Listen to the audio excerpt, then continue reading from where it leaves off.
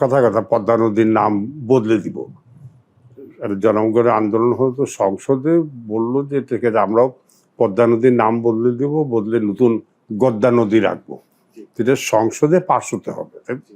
তারপরে কিছু কিছু ব্যাপারে সব দেশে আইনে থাকে যে এগুলি খালি সংসদে পাশ হলেও হবে না, এই ব্যাপারে গণভোটের আয়োজন করা হবে।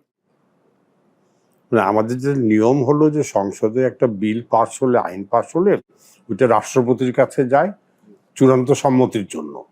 তো গণভোটটা সাধারণত হয়, আমাদের একটা ব্যবস্থা ছিল যে সংসদ পাশ করার পরে রাষ্ট্রপতির কাছে যখন যাবেন, তো রাষ্ট্রপতি সম্মতি দেওয়ার আগে জিনিসটা নির্বাচন কমিশনকে বলবেন তুমি এই ব্যাপারে গণভোটের আয়োজন করো।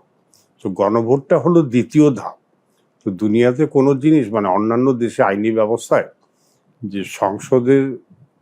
সংসদে একটা জিনিস পাস না হয়ে সরাসরি গণভোটে যাওয়া, এটা দুনিয়ার আইনি ব্যবস্থায় নিয়ম নাই। তখন একটা হতে পারে যে আমাদের পজিশন সারা দুনিয়ায় নাই, তো কি হয়েছে আমরা নতুনভাবে করব।